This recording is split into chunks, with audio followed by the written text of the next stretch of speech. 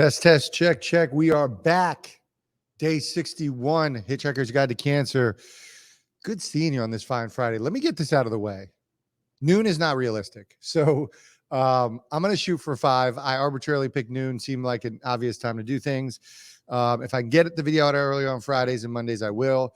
But the way my day goes, it's just not realistic. So I got to be real with myself and I got to be real with you. But let's jump right in. We've been waiting for this day, decision day. And I'm just going to spare you. There is no decision. More delays. I have bad news and good news. So the bad news is there is no decision because I still have not met with UCLA. However, there is a meeting with Dr. Liao on the books for Monday that is absolutely happening. We have to get them one more scan, which was like an early MRI. And then we should be good to have that meeting. My big thing was, if you remember, April 8th, there was a tentative surgery, and I didn't want to go into a surgery without discussing the results from my UCLA trip and really Dr. Liao's recommendation. So she's going to review everything. She's going to review with me the speech analysis I did in UCLA, the fMRI I did. I've also been to Duke. They did an MRI, which yielded other information. I'm actually going to show you that scan.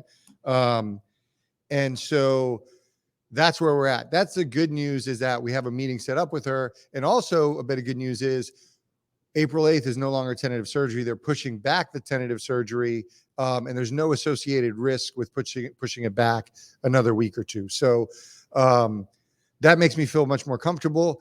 I'd love to have had the decision now. And I'm truly not leaning any other way anyway. I am on the fence with this. And a lot's going to be predicated on what Linda Liao says, Dr. Liao says on Monday, as far as what her recommendation is with surgery or not surgery, resection.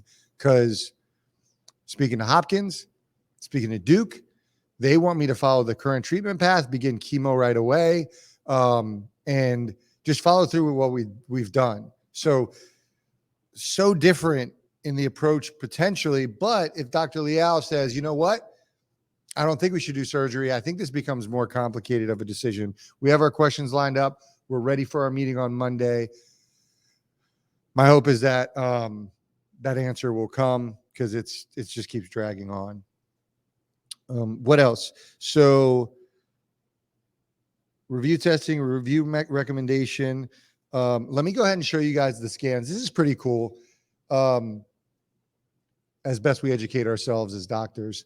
So this is the most recent scan from Duke. And I wish I had the original scan from right before my surgery, so you could see the MRI of the size of the tumor comparatively. But here's what we've been told. So this area here is the tumor, and it's actually bigger than it was. So if we had seen the previous MRI, it would be smaller than this. However, this has been confirmed by both Hopkins and by Duke. They've said the same thing. When you treat the tumor, which I treated it with LIT, it agitates the tumor and it could inflame and get larger. So while this on an MRI looks like the tumor is bigger, it's what they're saying is it's actually agitated. This is normal. There's nothing out of the ordinary with this. This is actually in line with what they expected. And then over the course of the next weeks or months, this should actually shrink down. So this is essentially what they described as like a cavity or cyst. So it looks like it's a bigger tumor, but they're confident that it is not. So over time, which we'll get another MRI in 2 months, this should actually shrink. That should be our expectation. So that's where it is. Side note, it's really cool looking at these images and looking at your brain. Partly creepy, but you look at stuff like this. Look at that. Weird. The eyeballs skeeze me out a little bit. And my ear, for whatever reason, skees me out a little bit as well, like a Schmiegel ear or something. I don't know. But anyways, I digress. Moving on. General updates and more good news. We are all systems go with the nutritionist. That's been going well. Shout out to Dub Steph for helping me out with that. We're currently working through the meal prep for the chemo plan. That's going really well. I have another meeting with her immediately after this. All that's progressing forward. So that's positive news as well. Really focusing on the chemo treatment, which when the decision is made, if it's not surgery, chemo begins right away. And obviously meal prepping is a part of that. Other priority, partner foundation. I talked about this early on. I haven't really mentioned it, but I really need to lock in a partner foundation. I think one, from an advocate perspective or an advocacy perspective, that's helpful, but also resources helpful as well. So Brain Tumor Center I talked about in the UK. There's some other options that I found that I'm looking into. So that partner foundation, once we make the decision, will be the next priority.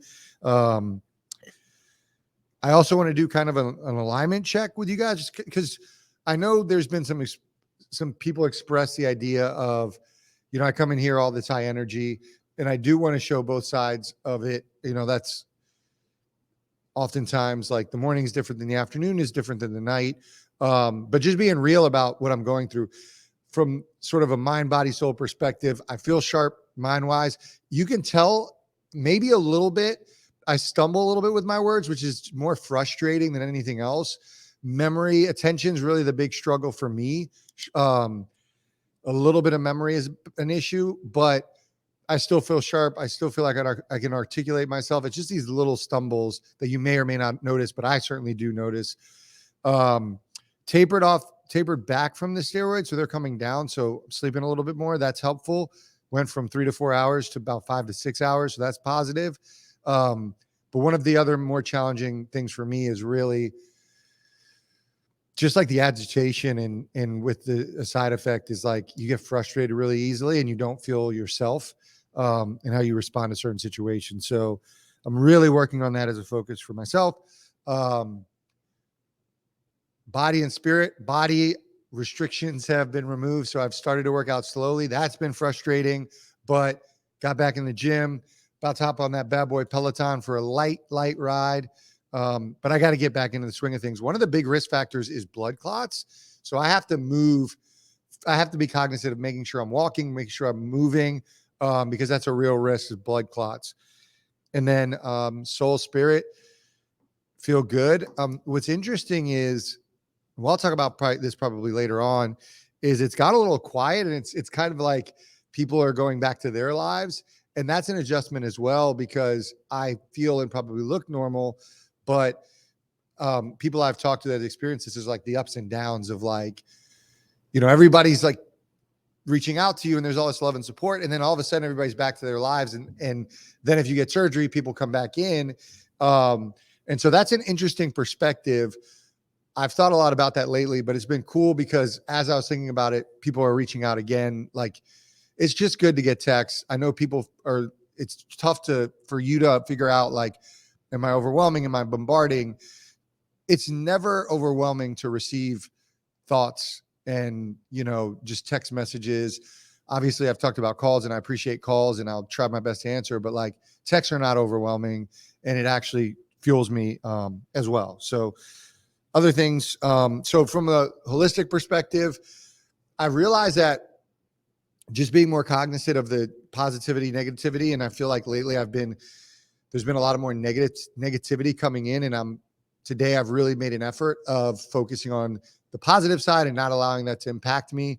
So those are sort of my focuses, but alignment wise, the past week has been the best week of journaling morning routine that I've had. And that's really shown in sort of my execution of the day. Golf tournament, May 23rd. Anybody interested? That's filling up fast. That's going to be fun. We're going to have a blast. I'll put that in the links, but you can check that out. Shout out to Barco Cena. Shout out to Shark Kwong for that. And then we have new shorts new shorts that new shirts that I'm ordering. So anybody that's interested in a shirt, Monday, I'm making that order. I'm going to put that on my IG. Link will also be in the description. So if you guys are interested in shirts, I'm tweaking them a little bit. The Love is a Treatment shirts, they've been going like gangbusters. The candles, you can order that in the link as well.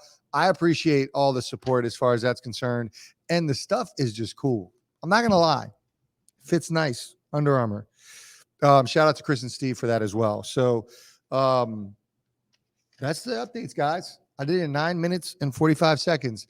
Appreciate you all. Again, every Friday and Monday. If I make a decision, I may do a video earlier, but I will see you in the next video. All the love. Bye.